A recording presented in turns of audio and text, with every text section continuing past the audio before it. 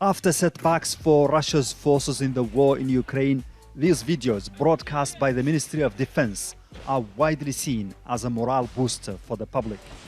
The country's leaders say it cannot lose. We have become stronger because we are together. The truth is behind us, and in truth there is strength, which means victory. Victory will be ours.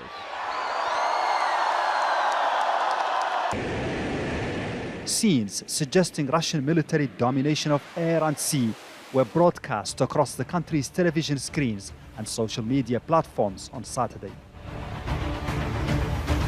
No one questions the size and power of Russia's military. It has the world's largest combat tank fleet, its largest self-propelled artillery system, the second largest military air fleet, the second largest number of warships, and it boasts 1.3 million personnel, including reserves. But many are questioning its performance. The Russians are wondering how can a country with all this military superiority lose battle after battle in front of a much smaller army like that of Ukraine. Excuse me, how do you assess the special military operation now? No comment. It's difficult to get reaction on the street. It's against Ukraine, backed up by more than 50 industrialized nations, the so-called Ramstein coalition. And in such a war of attrition against a coalition of industrial nations that have a GDP more than 100 times that of Russia, and a military-industrial complex also bigger than Russian, and have more sophisticated weapons, that's a war Russia cannot win. On 9 November came the big shock. The Minister of Defense, on the advice and request of his most combative field commander, Sergei Surovikin, ordered the withdrawal of Russian forces from Kherson. It was the only regional capital Russia had captured since it invaded Ukraine. And now Russia is on the defensive.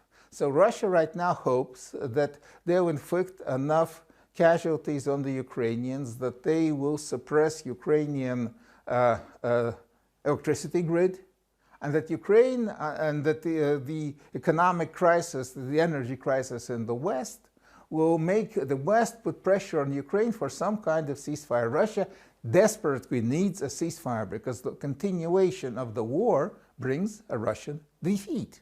Back in Russia, preparations for a possible new offensive are underway. Avant-garde supersonic missiles are being mobilized. And on Friday, Moscow announced the second test launch of its most destructive conventional weapon, the Sarmat intercontinental ballistic missile, popularly nicknamed Satan. In the Donbas region, soldiers are being trained on what's described as new and previously unknown weapons.